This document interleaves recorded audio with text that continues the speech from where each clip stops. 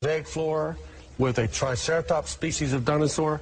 Give us a name, Carl, of this dinosaur. It's a Ceratosaurus dinosaur in the family with Triceratops. The cerids are those that had horns. Yes. And I have, this all tests to us that evolution is bankrupt. That's correct. I have one presentation I'd like to make to Creation Evidence Museum. And, well, I'm interested in that. You've arrived from many parts of the world, and we're dealing with private individuals here in the United States have amassed incredible artifacts. Yes. Tell me what you have in these closing moments. Well, the Incas, people are familiar with Machu Picchu, the splintered city, the last city up in the Andes, and the Inca Empire and the fall of the Inca Empire, Pizarro coming down and conquering them. But the Incas were a very advanced civilization from about 1000 to 1550 AD. And they had a system, not of written language, but they kept their entire history of their civilization on quipus. Do you know how, is this original? These two are original quipus. There's only a few of these in the entire world. Yes. We know from the chronicler to the Incas that these people, the Incas, their whole history of the civilization, the different colors was the religion, maybe binary code. We do not know how to decipher everything, but we do know that they also, with the knots, they knew in a whole province area. You know, their empire stretched for about 2,600 miles from Ecuador to the bottom of Argentina. And among these knots, these counts, they know when they came to a place in that village or the Providence area, how many sheep, how much grain they had, how many llamas they had, how many goods of different types they had in that place. And this was all inscribed on this, and the different colors and everything. This is one of the quipus that went round, and they also the Chotskis, the Inca runners, who could deliver fresh fish 170 miles away from the coast all the way to the top of Cusco by runners, and they would run 5-10 miles at a time. And they carried the messages from people on these knotted string instruments, and this stretches around. Oh, this is a price. This is totally priceless. Both of these, and they date. They're at least 1,000 years old. Oh, that's wonderful. Oh, Dennis, these chronicle, and these go to your museum. Oh, that Creation is Evidence Museum. Thank you so very much. Sure. I'll have to say, did you see that? Wow, that's wonderful. Here we have an expert cryptozoologist describing for us what has occurred in the past and evidenced in the present that man and dinosaur lived contemporaneously. Now, here we have a present to the Creation Evidence Museum from private collections through Dr. Swift, and this present will be placed in our permanent facility with honor and appreciation. This chronicles a people. Now we come to you. There's a record that God placed of great interest in your life, and every person that ever lived is in the scope of God's compassion. There's a book that chronicles the past history of man, all the pertinent details to tell us about us. It's been said that the Bible could not have been written by man simply without the inspiration of God, because man would not have told all of his foibles and his sins and the destructive nature. But the Bible describes that in the chronicles that God wants us to know about. And in those chronicles from the Word of God, we have the chronicle of God visiting planet Earth. After creating the entire universe, planet Earth, man, woman, then we have the chronicle detailing our sinful nature and our fall into sin.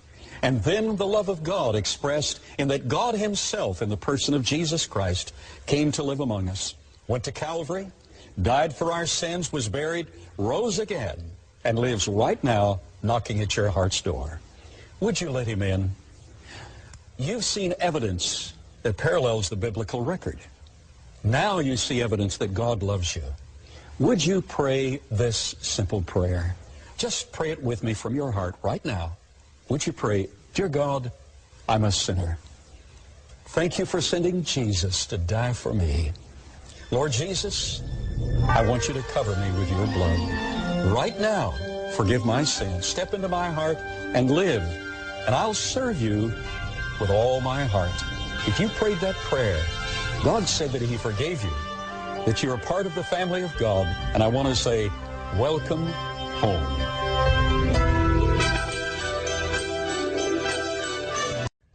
once in a while I get people that really, or that claim they don't believe in evolution. And my response generally is, why not? Really, why not? You guys believe 20 billion years ago there was a big bang where nothing exploded and produced everything. 4.6 billion years ago the Earth cooled down, made a hard rocky crust. It rained on the rocks for millions of years, turned them into soup, and the soup came alive 3 billion years ago. Found somebody to marry, and something to eat, of course, and slowly evolved into everything we see today. There are some lies in our science books. I taught it for 15 years. Even though I'm not teaching it anymore, I still like to study. It's so many neat things to learn. We're going to cover some of that tonight. Now, I'm not against science, I'm not against schools, I'm not against teachers, because most of them don't know what they believe. You have to tell them. They teach the kids it all started with a big bang 20 billion years ago. What exploded? This is what the textbooks teach. Before the Big Bang, there was nothing, literally nothing, an infinitesimal nugget of space. And then something happened, triggering the most colossal explosion in history. Yes, boys and girls, you see, nothing exploded, and here we are. So I asked this professor if I could ask him some questions about the Big Bang. I said, where did all this matter come from? He said, well, we don't know that for sure. I said, well, sir, would you please tell me where the laws came from? The universe is run by laws, gravity, centrifugal force, inertia. Who gave the laws? He said, we don't know that either. I said, sir, could you tell me where the energy came from? You know, it takes energy to make a Big Bang. Who bought the gas to run this machine anyway? He said, we don't know that either. I said, sir, could I ask you another question? He said, sure. What else would you like to know? Else? What do you mean else? You haven't told me nothing yet. I said, does Berkeley have a merry-go-round? You see, if a spinning object breaks apart in a frictionless environment, the fragments will all spin the same direction. The professor said, yes, I understand about the conservation of angular momentum. I said, well, good. I'd like to ask you a question then, sir. If the whole universe began as a swirling dot, like you said, why do two planets spin backwards? He said, that's interesting.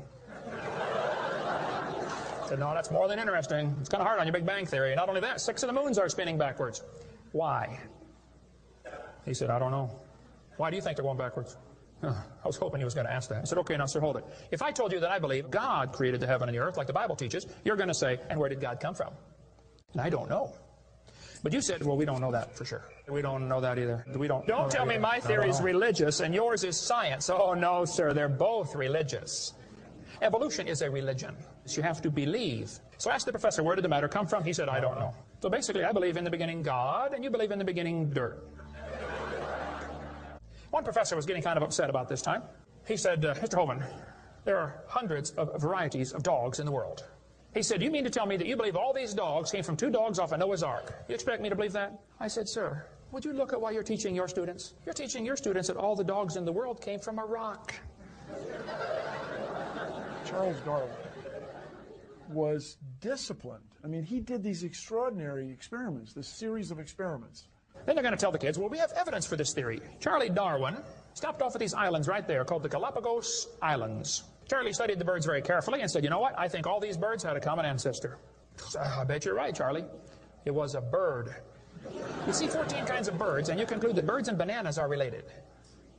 Here are these ancient dinosaur bones or fossils. They tell the kids they have evidence of evolution from fossils. I don't think so. If you find a fossil in the dirt, all you know is it died. You don't know that it had any kids. And you sure don't know that it had different kids. You bring in a bone to the judge. Judge, I found this bone in the dirt. This is the ancestor of all the humans today. They would laugh at you. You don't know that that's the ancestor of anybody. And why on earth would you think a bone in the dirt can do something animals today cannot do? They'll say, boys and girls, you have 2 bones in your wrist, radius and ulna. And boys and girls, look at the whale's flipper carefully. Did you know the whale has 2 bones in his flipper? And they're called the radius and the ulna? Same as ours. Wow. Who named them, teacher? The whale? Think about it. I'm here to tell my people it's time to stop believing bull just because tell you bull with a straight look on their face. Evolution say people came from monkeys, and the question is, why is there still monkeys? Is these the retarded monkeys? They didn't turn into people just yet. Even Stephen Gould admitted the absence of fossil evidence for intermediary stages is a persistent and nagging problem for evolution. See, what's happened, these guys have looked for missing links in the fossil record. They can't find any, and so they say, well, maybe evolution happened so fast it wasn't preserved. Maybe a reptile laid an egg and a bird hatched out. Well, who did that bird marry? This process that brought us to be is billions of years old. It happens very fast, billions of years fast. Here is radioactivity. We're going to tell the kids in the late 1940s they invented carbon dating. We're going to explain a little bit about radiometric dating and how it's supposed to work, and then show you that it does not work, okay? It sounds good, but there are some assumptions that mess everything up. If we had walked into a room and found a candle burning on the table, and I asked you the question, when was it lit? You say, I don't know, Mr. Hovind, it's burning when I got here. Okay, well then let's do some empirical science. Let's measure the height of the candle. Suppose the candle is 7 inches tall. Who can tell me when it was lit? Okay, nobody. Let's do some more empirical science. Let's measure the rate of burn. Suppose we determine it's burning an inch an hour. When was it lit? You're going to have a hard time telling me unless you're willing to make some assumptions. You find a fossil in the dirt. You can measure how much C14 is in it. Very accurately, by the way. And you can measure how fast it's decaying. That's just like measuring the height of your candle and how fast it's burning. Now, when did that animal die? You don't have a clue. Here's what you ought to consider about carbon dating. Samples of known age, it doesn't work. If it's a sample of unknown age, it is assumed to work. It's just really a hard thing. It's really a hard thing. Your world just becomes fantastically complicated when you don't believe in evolution. Freshly killed seal, carbon dated 1,300 years old. Shells from living snails, carbon dated 27,000 years old. Living penguins, carbon dated 8,000 years old. One part of Dima was 40,000 years old, another part was 26,000, and the wood next to it is 9,000. Then they tell the kids about the geologic column. They say each of the layers is a different age, you know, Cenozoic, Mesozoic, Paleozoic, Archeozoic, all them zoic boys. Now, if you get a petrified tree standing up, running through different rock layers, I don't think it's smart to say those layers are vastly different ages. Those trees did not get slowly covered by the sediments over millions of years. They would rot and fall down. Crazy. I say, boys and girls, you have an appendix that you don't need anymore. That's a vestigial structure. That's proof of evolution. Well, excuse me, you do need your appendix. The appendix is part of your immune system. If your appendix is taken out, you can still live, okay, but it increases your susceptibility to quite a few diseases. You can live without both your legs and both your arms and both your eyes also. That doesn't prove you don't need them. There are no vestigial organs, and even if there were, that would be the opposite of evolution. That's losing, not gaining. I was taught when I went to school, man used to have a tail, but he lost it because he didn't need it. I thought, didn't need it? Have you ever thought how handy a tail would be? Have you ever come to the door with 2 sacks of groceries? Wouldn't that be nice, man, to be able to grab that door and walk right around and get in it? Lost it because we didn't need it. Man, you could drive the car and tune the radio knob and hold the Coke at the same time. What we're finding is that natural selection seems to be an incredibly important factor in generating new species. Natural selection, the key evolutionary mechanism Darwin identified. The bad designs get eaten by the good ones, and so all you have is good ones. Why is this still monkey? Natural selection doesn't cause any evolution. It makes sure the bad ones don't survive, but it's not going to change it to something else. That's what evolution is. If you worked in a factory that produced cars, and your job was to check for defects, and you caught every single mistake, and you rejected it, how long would it take that process to change the car to an airplane? You say it'll never change it. That's my point. The students are taught we have evidence from development. Darwin considered this by far the strongest single class of evidence. This textbook says the human embryo growing in the mother has gills like a fish. Those little folds of skin are not gills. Those little wrinkles under your chin when you're growing up later develop into bones in the ear and glands in the throat. They never have anything to do with breathing. I've seen folks that have 5 or 6 chins and they can't breathe through any of them but the top one. Those are not gill slits. Ernst Haeckel, though, said the turning point in his thinking was when he read Darwin's book. He made huge charts of his posters of his drawings of these embryos and traveled all over Germany and just about by himself converted the Germans to believing in evolution. Haeckel took a drawing of a dog and a human embryo and he changed them to make them look exactly alike. On top are Haeckel's fake drawings. Underneath are actual photographs of what he claimed he was drawing a picture of. Now, either he's a lousy artist or he's a liar. Well, it turns out he's a liar. He was convicted of fraud by his own university, proven to be a fraud. But guess what? Haeckel's fake drawings are still used in textbooks in your state right now.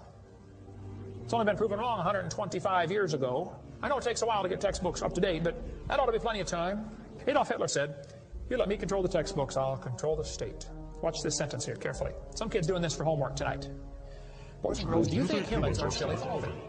Now, what kind of question is that? Doesn't that question assume that evolution has happened? What if a kid doesn't believe in evolution? How's he supposed to do his homework tonight? That question does not teach him how to think critically. That teaches him what to think, not how to think. And when the kid gets done with this course, he's going to think he knows how to think. But he doesn't. He knows how to be told what to think. Brainwashing at taxpayer expense. They want to use my tax dollars to teach that to your kids in our schools. If you want to deny evolution, that's fine. But don't make your kids do it, because we need them. And that's where the problem comes in. Okay? If you want to believe in the Big Bang, just enjoy yourself, but keep your religion at home. The Russian atheist astronomer came to America and spoke at one of the universities, and he started off his speech. He said, folks, either there is a God or there isn't. Both possibilities are frightening. If there is no God, we're in trouble. We're hurtling through space around the sun right now, 66,000 miles an hour, and nobody's in charge. That's a scary thought. But if God made the world, he owns it. That means he makes the rules. You see, if there is a God, we better find out who he is, and find out what he wants, and do what he says. Malcolm Muggeridge said, I am convinced the theory of evolution, especially the extent to which it's been applied, will be one of the great jokes in the history books of the future. It's a joke. And it would be a joke if it weren't for the tragic results. How many kids are taught this thing every day and believe it, and it destroys their faith? Find you something to believe in. Whole thing, who do you even pray to? Nobody. Hey, if you died today, where would you go? You ought to think about it, because you will be dead for a long time. Doesn't matter how long you live, you're going to be dead longer than that. You know, George Washington died 200 years ago, and he's still dead. How much longer does he have to go? He's going to be dead for a long time. All you get in this life is a little bitty dash between two dates. Just a little, and it's gone. What are you going to do with your dash? Where would you go if you died? Now, if you're not sure you're going to heaven, you ought to give your heart to the Lord and get saved. Say, Lord, you may have it, the whole thing. If you are saved, you ought to find something to do for the Lord. And you ought to quit worrying about getting a fancier car and a fancier house and start worried about who's going to heaven or hell. Maybe God gave you that good job so you can give some money to missionaries. Not so you can build a bigger, fancier house. God loves you. God has a plan for your life. And if you don't want it, well, that's your business. But the devil is laughing at you for believing in that. But God loves you, and he wants you to come to heaven. And if you'd like to find out how to go to heaven, come see me. I'll be glad to show you. The Big Bang. Before the Big Bang, there was nothing. Literally nothing. Nothing created everything. The Big Bang is an amazingly difficult thing to wrap your brain around, which isn't surprising. 13.7 billion years ago, we think it was tiny. Nothing. Literally nothing was tiny. And then something happened. Nothing created all the matter we see in the universe today.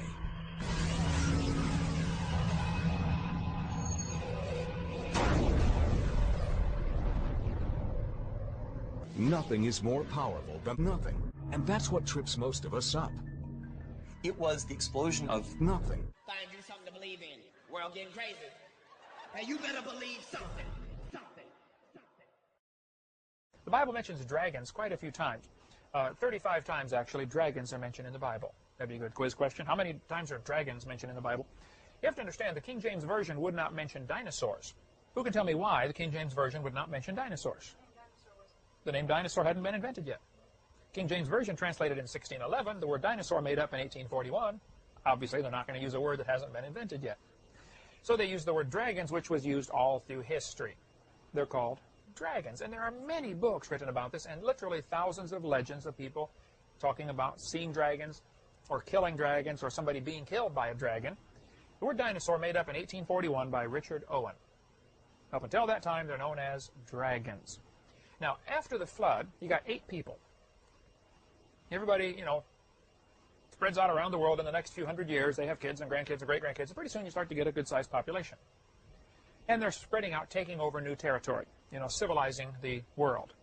However, whatever you think of that, that's what they did. As they spread out, the population begins to grow. Big, ferocious animals are going to be killed off.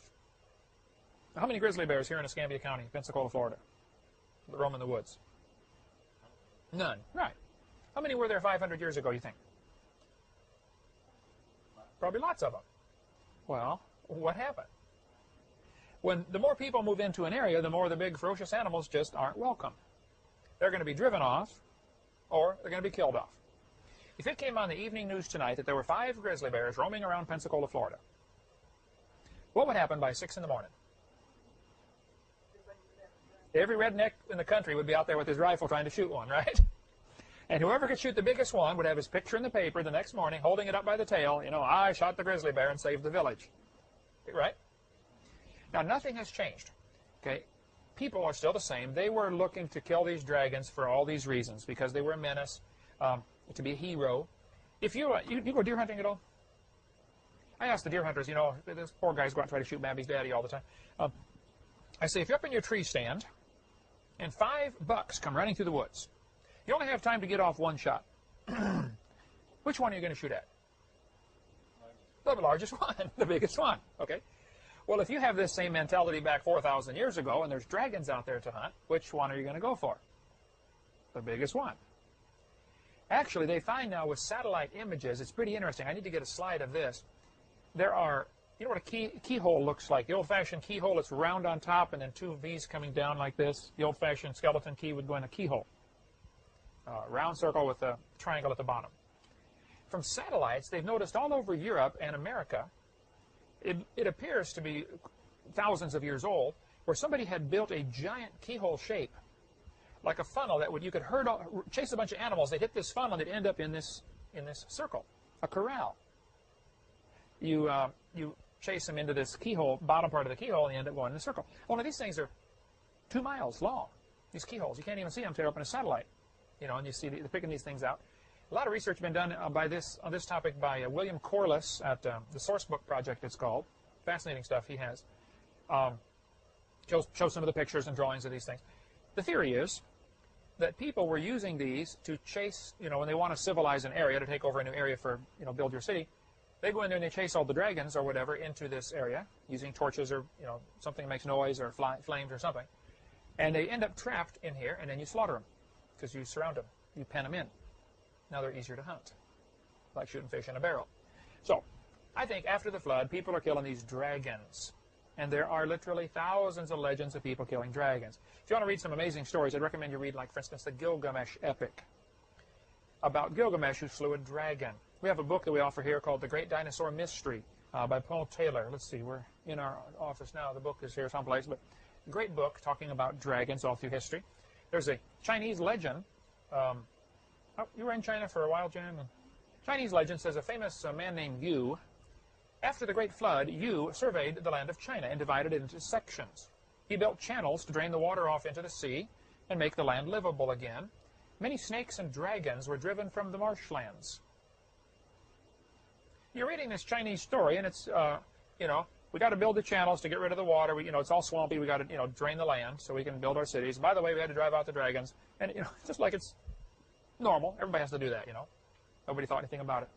This is from Wycliffe Bible Encyclopedia. This is the god Marduk. Now, the Babylonians had all sorts of gods. One of their gods was Marduk. Here's Marduk shown pictured sitting on top of a fire-breathing dragon. Notice the flame coming out of his mouth. Fire-breathing dragon. Now, there's lots of legends about dragons, but there are also an awful lot of legends about fire-breathing dragons. So where would this fit in?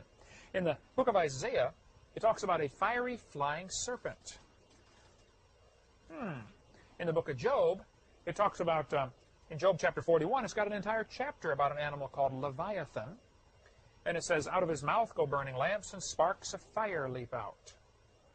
You might want to watch our videotape, the green one over there with the L on it, about Leviathan, the fire-breathing dragon. There really was a fire-breathing dragon.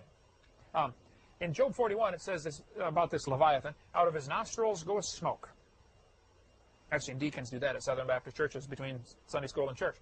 It says, out of a seething pot or cauldron, his breath kindleth coals, and a flame goeth out of his mouth. The Bible certainly teaches there was a fire-breathing dragon. There's certainly a lot of history about fire-breathing dragons. It is chemically possible to do that.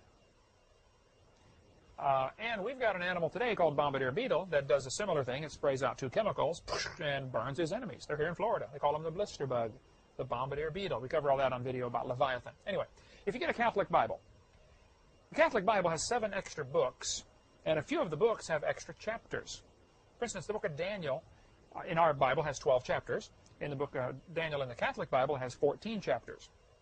One is about Susanna, and chapter 13 is, and then chapter 14 is about the dragon. This chapter is known as Bel and the Dragon. Fascinating reading. Okay, I don't think it should be part of Scripture, but here's where the story goes. Catholic Bible, Daniel 14:22. And there was a great dragon in the place, and the Babylonians worshipped him. And the king said to Daniel, Behold, thou canst not say now that this is not a living God. Adore him, therefore. And Daniel said, I adore the Lord my God, for he is the living God, but that is no living God. But give me leave, O king. That's an old English phrase that means you give me permission. I will kill this dragon without sword or club. And the king said, I give thee leave. In other words, I'd like to see how you're going to do this. How would you kill this dragon without a sword or club? Then Daniel took pitch and fat and hair and boiled them together and made lumps and put them into the dragon's mouth, and the dragon burst asunder. Very strange story. Here's the Hovind translation of what's going on. The Bible tells us in the book of Daniel chapter 1 that Daniel was one of those who was skillful in all wisdom and cunning in knowledge and understanding science. Well, I would assume that Daniel probably knew that nearly all animals like things that taste salty. You put a salt block out in the woods and the deer come up, the cows come up, everything comes to lick the salt. Daniel took pitch and fat and hair. Well, pitch is sticky, made from tree sap. You take pine tree sap and boil it down and make pitch. There were whole industries used to make pitch just to cover the ships back 200 years ago, before they discovered oil. First really commercial oil well was in Pennsylvania, Becky, in 1828, I believe. So before that time, they still had to make their ships waterproof, and they would use pitch, where they boil down the sap of these trees. Daniel took pitch, which is sticky, and fat, which tastes salty, and hair, which won't digest. You ever see a cat or a dog cough up when they get a hairball? You know, cough up his hairball. Hair won't digest. So Daniel took these three, boiled them together, made lumps, gave them to the dragon, and the dragon burst asunder. Hovind translation is, Daniel tossed these things in the cage, the dragon ate them up because they tasted good. They wouldn't digest because of the hair. They stuck in his intestinal tract, and this was the ultimate case of dragon constipation, and the dragon burst asunder. Those were the days before Roto-Rooter. And so it blew him up. What a way to go, huh? But it's just an interesting story in the Catholic Bible about dragon. Yeah, they blow up. You feed them too much, they founder, right? Yeah. Saddam Hussein thinks he is Nebuchadnezzar reincarnated. The guy has a serious ego problem. He has huge pictures of himself all over the countryside. He has his picture in front of Nebuchadnezzar on their currency. He claims that he is Nebuchadnezzar reincarnated. Now his name is Saddam Hussein. Saddam means prince. George Bush always called him Saddam Hussein. You go back and listen to the newsreels, George Bush always called him Saddam Hussein. Oh, this was done very intentionally. It wasn't that George Bush is stupid and didn't know how to pronounce his name. The word Saddam is the Arabic word that means horse's rear end. So George Bush was intentionally calling him horse's rear end, Saddam Hussein.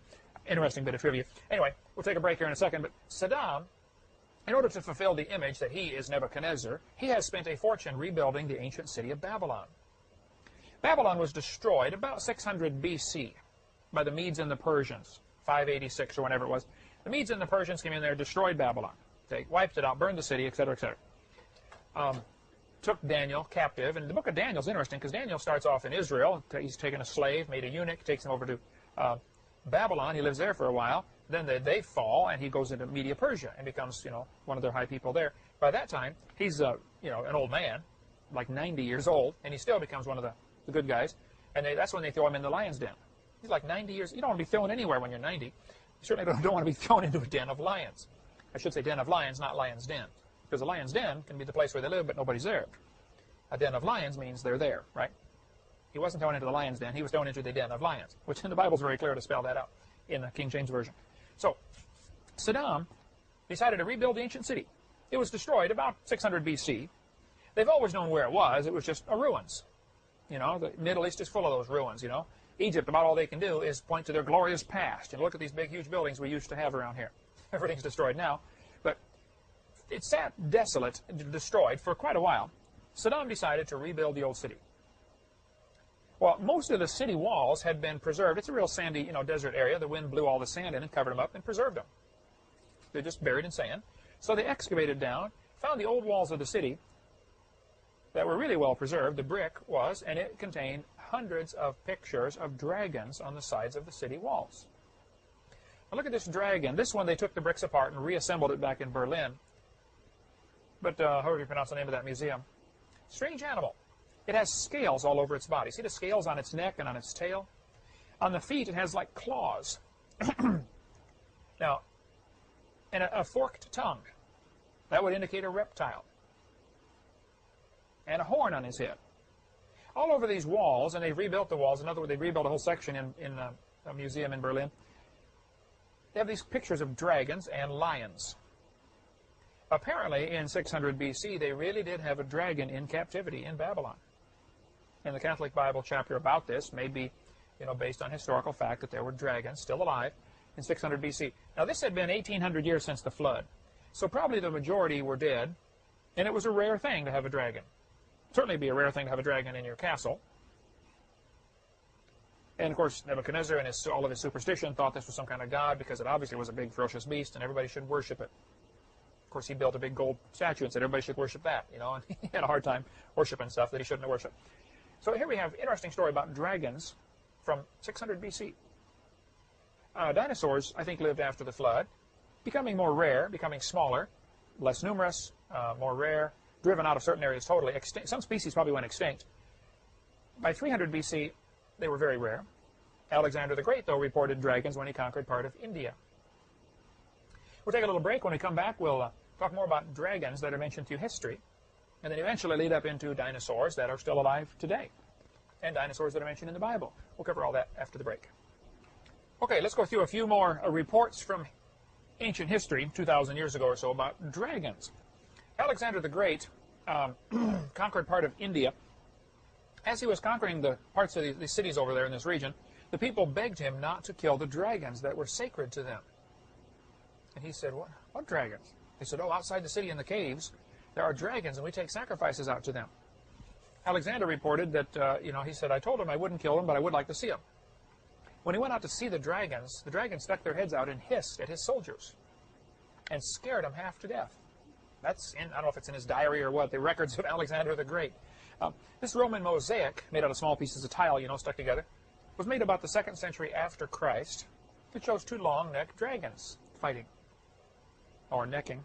Can't tell what's happening for sure. Man, that would be necking, wouldn't it? Anyway, how on earth would the Romans know about dragons in the 2nd century after Christ? Now, here you got these modern scholars saying, nobody's ever seen a dinosaur because they lived millions of years ago. Well, how did they depict them on their pottery then? St. George is famous for slaying a dragon in 275 AD. He was later martyred for his faith. He's the patron saint of England and Portugal. St. George and the dragon. This would have been in the first couple centuries after Christ. If you ever tried to read the old Beowulf story, I've got the story in my library there. Old English Beowulf is extremely difficult to read. I mean, you can only understand a few of the words, okay? Because English has changed so much since 583 AD. But the Beowulf story is interesting. I've read it several times. He killed Grendel the dragon by pulling off his arm. The story says Beowulf grabbed Grendel the dragon and pulled off one of his arms, and the creature fled out of the room and then later bled to death. Well, most anybody that studies the T-Rex will tell you, even though he had ferocious head and ferocious teeth and was, huge, his front arms are pretty tiny. And if you could ever get a hold of one, you probably could jerk it right off. You found an ancient Babylonian cylinder seal. This is from the book by Bill Cooper, After the Flood, a tremendous book. He traces the history of what happened to Noah's 3 sons, Shem, Ham, and Japheth. Where did their kids go? And has found some amazing records, done great research. Now, Bill Cooper is a very sick man. He lives in England, but he's, I believe, dying of cancer, last report I got. But this picture from his book about a Babylonian cylinder seal would have been about 600 BC. Again, it shows a man pulling the arm off of a dragon. What a way to fight a dragon. Grab his arms. Pictures from all over the world, ancient legends, ancient pottery, shows dinosaurs on it. Here's from the book The Ancient Near East in Pictures. Shows a picture of 2 long-necked animals. I would say a dinosaur. They're trying to depict here without much question. This another piece of ancient pottery shows 2 long-necked dragons, and they're holding a sheep. Now, if dinosaurs lived millions of years ago, like the textbook says, how did these people know to depict them on their pottery? Here's a hippo tusk made of ivory. that was carved to be a magic wand or whatever for an Egyptian grave, found from a 12th century BC tomb. 1,200 years before Christ, it's even before King Solomon, shows an animal with a long neck and a long tail. Now, giraffe has a long neck, does not have a long tail. The only animal I know that has a long neck and a long tail is a dinosaur. There are stories and legends from countries all over the world. Every place I travel, I see stuff like this, so I grab my camera and get a picture, you know. Thai seafood restaurant showing the head of a dragon on their boat. Now, why would they build boats with dragon heads on them? There's a Russian medallion showing a man slaying a dragon. A Bulgarian postage stamp has a guy slaying a dragon. Irish writer in 900 AD reported that somebody killed a dragon with iron nails on its tail. Probably the Stegosaurus, although several dinosaurs had these big spikes on their tail. There are several websites about dragons. None of them that I'm aware of. I didn't read through all of them, but they're all secular. They're not at all Christian that I can see. But they do keep interesting articles about dragon stories from ancient literature. So if you want to get into the study of dragons, it's really pretty interesting to see all about the dragons. The Viking ships had these dragon heads on them. If you study Scandinavian literature, you can see the dragon head on this one. Ancient Scandinavian literature has an awful lot of stories about the kraken or the giant dragons of the sea. Well, you figure the Vikings are the guys that are going around the ocean in their boats, you know, conquering villages. Where's the hardest place to exterminate an animal totally? In the water, yeah. Especially the ocean. On land, you could eventually corner it, figure out some way to get it, but on the ocean, you'd have a tough time. And so this is from 1000 AD. Here we have evidence of dragons living with man just 1,000 years ago. In the book called The Unexplained, there's information about this. There's also an account of a dragon called Nithhagar that the Vikings was killed in the book After the Flood by Bill Cooper. According to the Norse legend, Siegfried slew the dragon Fafnir. The dragon had made its home in a cave, and somebody else had buried a treasure in that cave. I'm sure the dragon didn't know that and didn't care, but people wanted the treasure, of course, so you got to kill the dragon to get to it. There are several different stories about how Siegfried slew the dragon. Of course, you know, legends get twisted with time. One story says he dug a pit because they knew the only soft part of the dragon was his belly. So he dug a pit and laid in this pit until the dragon went over him, and then he jabbed his sword up into the dragon's belly. That's one story. Another one is he just charged up there and just stabbed it in the heart. You know, who knows how it really happened. But Carl Schuker is a scientist in England, has a great book called Dragons, A Natural History. I've got it in my library. Just story after story of people slaying dragons down through history. Marco Polo reported in his memoirs, when he came back from China, he said, the emperor in China raises dragons to pull chariots in his parades. Ceremonial dragons. Well, all you have to do is go to any Chinese restaurant, and you'll see dragons all over the place. It's just a part of their culture. Over in China, you probably saw them all over, didn't you? Well, they have a different connotation than we do in the West. You see, they represent the king. They're very positive. In the West, they're bad. In China, the dragon represents the king, and it's very good. Interesting. But why on earth would Marco Polo come back and say the emperor is raising dragons to pull chariots in his parades? I think it's probably because the emperor was raising dragons to pull chariots in his parades. Marco Polo was an extremely famous man. Well, he wouldn't want to do something dumb and jeopardize his reputation, I don't think, anyway. A city in France was renamed Nerluc in honor of the man who slew the dragon in the city. I think if we actually could get an unperverted view of history, we would see there's an awful lot of legends that are based on some kind of real story. If you go to the Grand Canyon, you will find carvings on the walls of the Grand Canyon.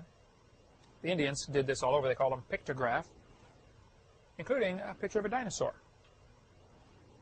If you look at dinosaurs, many of them had the upright posture, we call that. They walk on two legs, and the front two legs, we assume, were, held up off the ground, similar to an ostrich, I guess, upright posture. Though there are some animals like frogs that walk on four legs. The front two are real tiny, the back two are really big. So the size of the leg doesn't mean he didn't walk on it, necessarily. But why would they carve dragons on the walls of the Grand Canyon? Here's another one with a round body, four legs, long neck, long tail. Dr. Delancey was a dentist in Pennsylvania who took these pictures. His wife, Margaret Delancey, his widow, She lives in Percy, Pennsylvania. Right, I've preached up in that city 4 or 5 times, right near there, Sellersville, and up just north of Philadelphia. That's south. You're from Allentown, though, right? Up south of Scranton. Yeah. He's the one who took these pictures, and she let me use these. In the Aboriginal caves in Australia, there are many legends of dragons from caves in Australia. This was just sent to me. Agawa rock art from, however you pronounce that, Lake Superior Provincial Park, Ontario, Canada. Notice the outline of the dragon with the bumps on his back. This is called cliff art, rock art. There's another name for this. Some people call it oop art. That'd be a good quiz question. OOP means out of place. Out of place artifacts. And so they get the name oop art. That's just a slogan that people use. So if you find something that shouldn't be there, if you're digging down in the ground and you're down in area where it should be from, 500 years ago from some Indian civilization, and you find an Evinrude outboard motor, that would be an out-of-place artifact, right? That shouldn't be there. So oop art is out-of-place artifacts, things that really shouldn't be there. This type of stuff is by the evolutionist. A person who believes in evolution often will classify this kind of material as, we don't understand it, it's an enigma, forget it. I've got whole books of these enigmas that they can't explain. Down in Lima, Peru, if you go south about 8 hours drive through the mountains, you come to the city of Ica. Ica, Peru is right near the desert that is the driest desert in the world. My understanding is it's only rained once there in 400 years. Not a good place for a garden. But the Spanish came through this area about 400 years ago, in the late 1500s. They came through and they saw these strange white lines. Not very wide, but there were these white lines, just somebody scratched like a plow in a field. Perfectly straight lines, for a long ways. Nobody knew what they were until airplanes were invented. When you get way up in the sky, you notice these are pictures of giant images.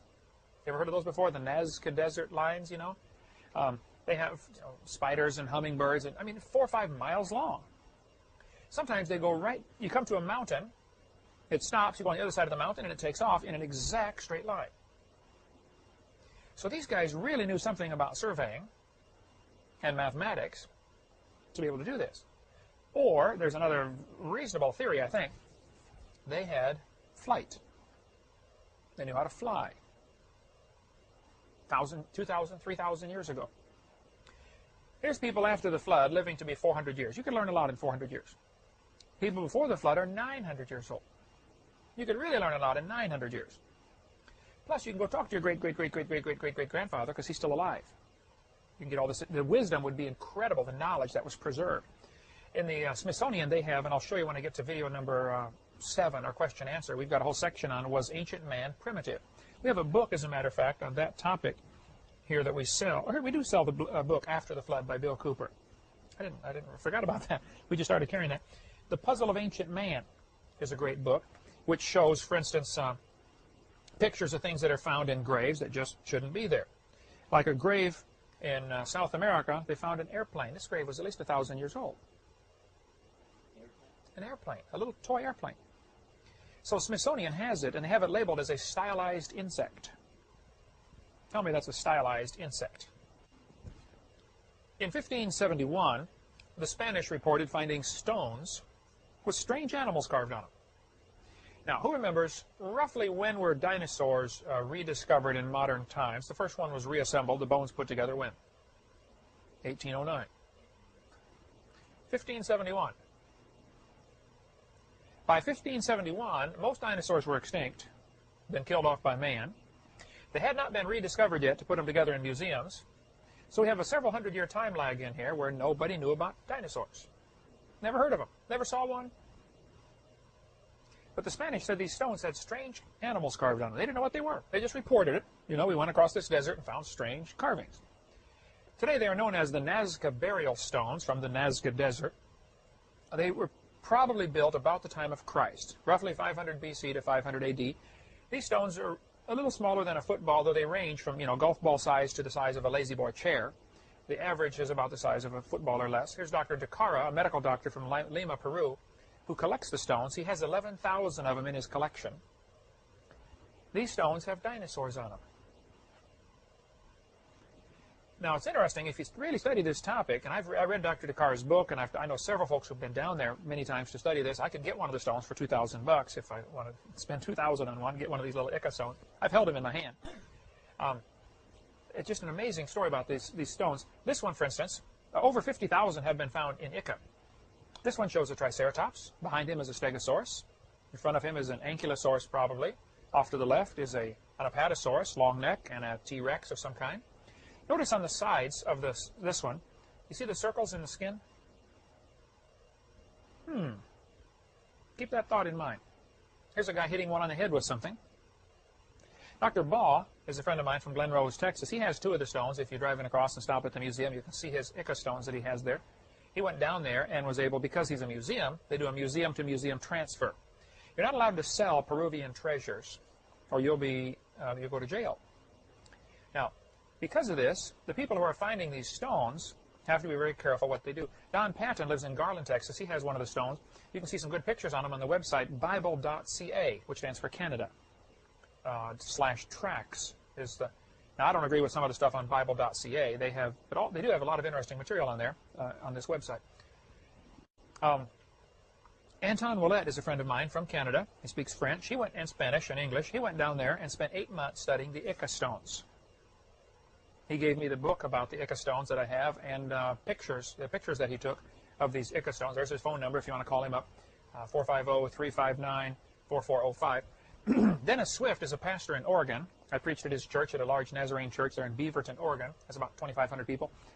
He collects the stones also, goes down there twice a year to study this topic, and brings back the stones if he can. Here's, again, notice the circles on the side of the dinosaur. Kind of strange. Here's Dennis Swift holding one with a Triceratops on it.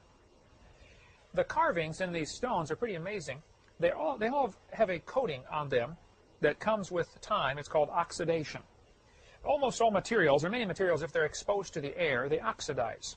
You know, your car starts off bright, shiny paint. After 10 years, if you don't do anything, it'll oxidize and the paint fades. The oxygen actually, gets into the paint and oxidizes it.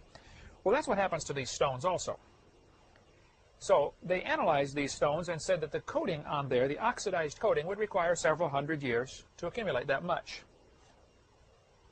So if somebody comes along and says, well, these stones are fake, somebody made them last week. We have several things to prove that that is not true. Number one, the oxidized coating on there says they're at least several hundred years old. Number two, the Spanish reported them 400 years ago, before dinosaurs were even a popular idea. Number three, this circle on the side is interesting. Now, dinosaur bones have been found for the last few hundred years and reassembled. Nobody had ever found dinosaur skin. Dinosaur skin would not fossilize very easily. A few times, skin impressions were found where apparently the dinosaur fell down in the mud. He rotted away, but the mud hardened, and it left behind an impression of his skin, and you can see they did have scales. In 1992, I believe, a Bolivian missionary found fossilized dinosaur skin. This is from Dr. Baugh's museum. Again, on the dinosaur on the left, you can notice the circles on the side. They've discovered now that dinosaur skin has Rosetta patterns, they're called, circles. Now, if the skin wasn't discovered till 1992, but the stones were discovered in 1940s, basically. The Spanish knew about them, but in 1946, they really became popular. People started going after these things. How would they know to put the circles on the side if you're carving them? You would not know to put those circles on the side of the dinosaur because you didn't know dinosaurs had circles in their skin, because no skin had ever been found until 1992. Interesting.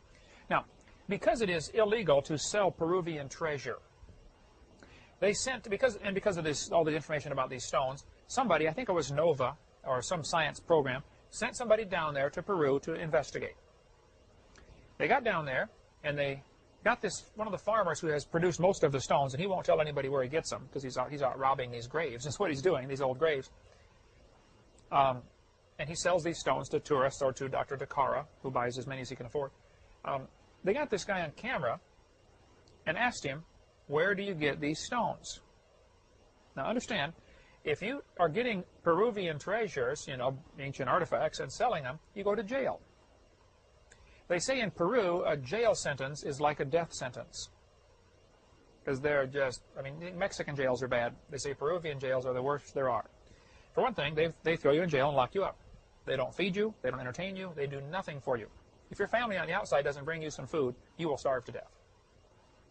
Average life expectancy in a Peruvian jail is about 2 years, is what I've been told. So, here's the camera videotaping this Mexican farmer, or this Peruvian farmer, and they're asking him the question, where do you get these stones? Right behind the camera are 2 Peruvian police officers.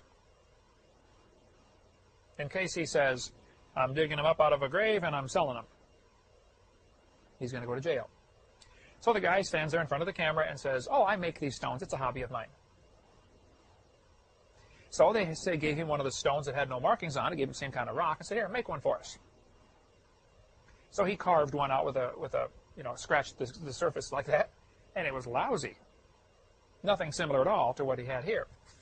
But these scientists came home and said, see, they're saying their dinosaurs lived with humans. You know, we know it's not true. This Peruvian farmer's making these things. It's all a big hoax.